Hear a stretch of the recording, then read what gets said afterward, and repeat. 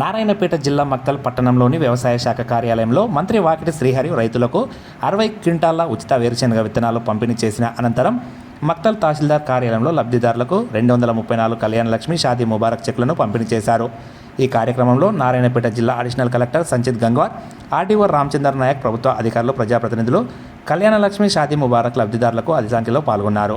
ఈ సందర్భంగా మంత్రి వాకిటి శ్రీహరి మాట్లాడుతూ మక్తల్ నియోజకవర్గంలో 2 ఏళ్లలో 3,294 మంది లబ్ధిదారులకు 33,000 కోట్ల షాదీ ముబారక్ కళ్యాణ లక్ష్మి ద్వారా అందించామని, 363 కోట్ల రైతుల అప్పులను బ్యాంకుల్లో రుణమాఫీ చేశామని అన్నారు. రాష్ట్రంలో 1 కోటి మంది మహిళలను కోటీశ్వరులను చేయడమే తమ లక్ష్యమని, మహిళలకు పెట్రోల్ బంకులు ఇచ్చామని, మహిళా సంఘాల ద్వారా వడ్డీ లేని రుణాలు అందిస్తున్నామని, ప్రజలకు సంక్షేమ పథకాలు అమలుపరిచి ప్రజాసేవ చేసేందుకు అనుక్షణం సిద్ధంగా ఉంటామని అన్నారు.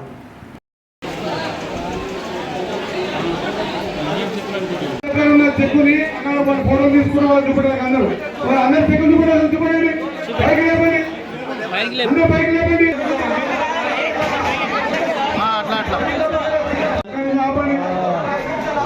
ఒక నిమిషం ఆపండి, ఆ చెక్కులు తీసేయడానికి ఒక నిమిషం ఆపండి, రాబు అరే గుడ్డ ఉన్నావా ఇంటికి పోతే చాలా కూడా పెంచే ప్రశ్న ఒకనామా అందరూ చూపండి, ఒకసారి గట్టి చూపండి.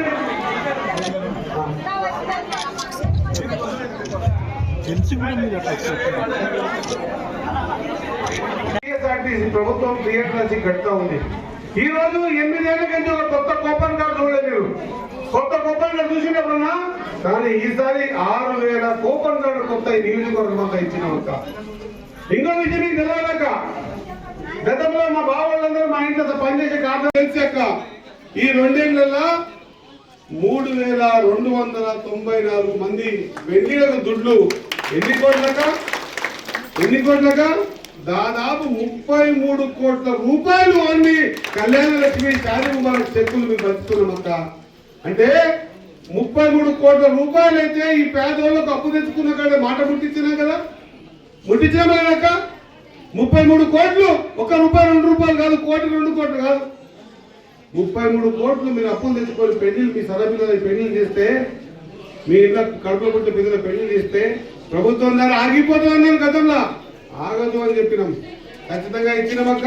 ఇది ఒక్కటే కాదు, మీ భర్తలు వ్యవసాయంలో బ్యాంకులకు పోయి అప్పు తెచ్చుకుంటే ఆ అప్పును కూడా ఒకటేసారి చారణ కాకుండా ఒకటేసారి ఈ మన మక్తల్ నియోజకవర్గంలో దాదాపు నాకు తెలిసినంత వరకు ఎంతనా రుణమైతే 363 కోట్లక్క. ఎంత? 363 కోట్ల మీ భర్తల బ్యాంకుల అప్పుని ఒకటే సంతకంతో రుణమాఫీ చేయించినామక్క. ఎందుకు చేయించినామంటే ఒక తాపనం చేస్తున్నకి పెట్టుబడి ఉంటుందక్క. తీసుకుంటున్నామంటే మీరు తెచ్చిన కాడ మాట నిలబెట్టుకోవాలి. దయచేసి ఇప్పుడు దగ్గరగా చెక్కులు పంచుతున్నాం. ఎంత పంచుతున్నావా? 234 చెక్కులు పంచుతున్నామక్క. 1 కోటి మంది ఆడపిల్లలు కోటీశ్వరులు కావాలి.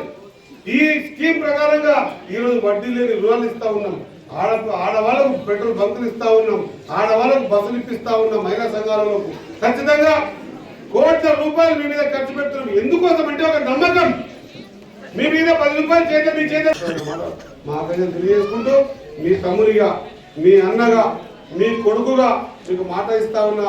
మన పిల్లల భవిష్యత్తు కోసం కావాల్సినటువంటి ఆరోగ్యపరమైన విషయాలు కానీ, గ్రామాలు బాగుపడే రోడ్ల విషయాలు కానీ, పేదోళ్ళు కట్టించే ఇండ్ల విషయాలు కానీ, ప్రతి ఇంటికి కూపన్ కార్డు వచ్చే విషయం కానీ, సన్న బియ్యం ప్రతి ఇంటికి వచ్చే, ప్రతి వ్యక్తికి వచ్చే విషయం కానీ, ఈ విధంగా ప్రతి పని చేసేందుకు మీ తమ్ముడు, మీ అన్న వాకిటి శ్రీహరి ఎప్పుడు మీ కడుపులో ఉంటాడు అన్నమాట గుర్తుపెట్టుకోవాల్సిందిగా మాట్లాడుతున్నాక ఈ వేదిక ద్వారా ఈ కాంగ్రెస్ పార్టీ హయాంలో మీరు గెలిపించుకున్న మీ తమ్ముడు వాకిటి శ్రీహరి ఎమ్మెల్యేగా గెలిపించుకున్న హయాంలో ఈ మక్తల్ నియోజకవర్గంలో డాంబర్ రోడ్డు లేని ఊరంటూ ఉండేవాళ్ళక. ప్రతి ఊరు కూడా డాంబర్ రోడ్డు వేద్దాం. మీ పిల్లల బంగారు భవిష్యత్తు కోసం ఖచ్చితంగా కాస్మెటిక్ ఛార్జ్ అంటే అన్నం తినే బువ్వకు ఛార్జ్ ఉంటుందక. ఆ ఛార్జ్ పెంచినాం, సబ్బులకు నూనెలకు ఛార్జ్ పెంచినాం. ఇంకా మీకు మాట చెప్తానక, సన్న బియ్యాన్ని కూడా ఖచ్చితంగా ప్రతి స్కూల్కి పంపించే కార్యక్రమం తీసుకుంటున్నాం. మీరు బాగుండాలి, మీరు మమ్మల్ని గెలిపించినాక మీకు మేము సేవ చేయాలి. సేవ చేసే తత్వంలో ఈరోజు ఇన్ని కార్యక్రమాలు తీసుకుంటున్నాం. ఖచ్చితంగా మీ అందరికీ విద్యలో కానీ, వైద్యంలో కానీ ఈ మండలంలో పాత దవాఖాన మూల పడిందక్క. ఎక్కడిదక్కడ పెచ్చులు ఉండిపోతుంటే దాదాపు కొత్త దవాఖాన 42 కోట్లతో 10 ఎకరాలలో 150 మంచాలు దవాఖానాన్ని కడుతున్నామక్క. ఇంకొక 8 నెలలు పూర్తి అయిపోతుంది. మీకు అందరికి కూడా ఈ కానపురం బాటలో సన్నపురం గడ్డ మీద కడుతున్నామక్క. కోర్టు లేకుండా కోర్టు పక్కనే కోర్టు వచ్చిందక్క. 15 రోజుల కోర్టు చాలు చేస్తున్నాం. ఈ మండలంలో ఖచ్చితంగా వ్యవసాయం యొక్క వరి యొక్క ఎప్పుడైనా అప్పుడే బడుగులు కాలిపోతాయి. ఫైర్ స్టేషన్ నారాయణపేటకి ఇంగ్లాబాద్ మిషన్ రావాలి. అది వచ్చే లోపల ఒక బడుగు కట్టుకుంటే 10 బడుగులు పోతాయి అక్క. అట్లా కానియకుండా మొత్తాన్ని దాన్ని కొత్తగా చాలు చేసినాం అక్క. మీకు వైద్యకు మాట ఇస్తా ఉన్నా, మీకు చదువులకు మాటిస్తా ఉన్నా, రోడ్లకు మాటిస్తున్నా, సంక్షేమ పథకాలకు మాటిస్తా ఉన్నా. ఇంకా మీకు కొత్త కొత్త ఆలోచన విధానంతో ఇన్ని రోజులు వెనుకబడ్డ మక్కల్ని ముందుకు తీసుకుపోయే ప్రయత్నం చేస్తానక్క. ఎందుకంటే నేను కిందికించి వచ్చినోని. మా నాయన కౌన్సిలర్ కాదు, మా తాత కౌన్సిలర్ కాదు, నేనే కౌన్సిలర్ నిలబడి కౌన్సిలర్ కంటే ఈరోజు మీ ఆశీర్వాదం వల్ల ఎమ్మెల్యే ఈ రాష్ట్రానికి మంత్రి మీకు సేవ చేసుకుంటున్నాను.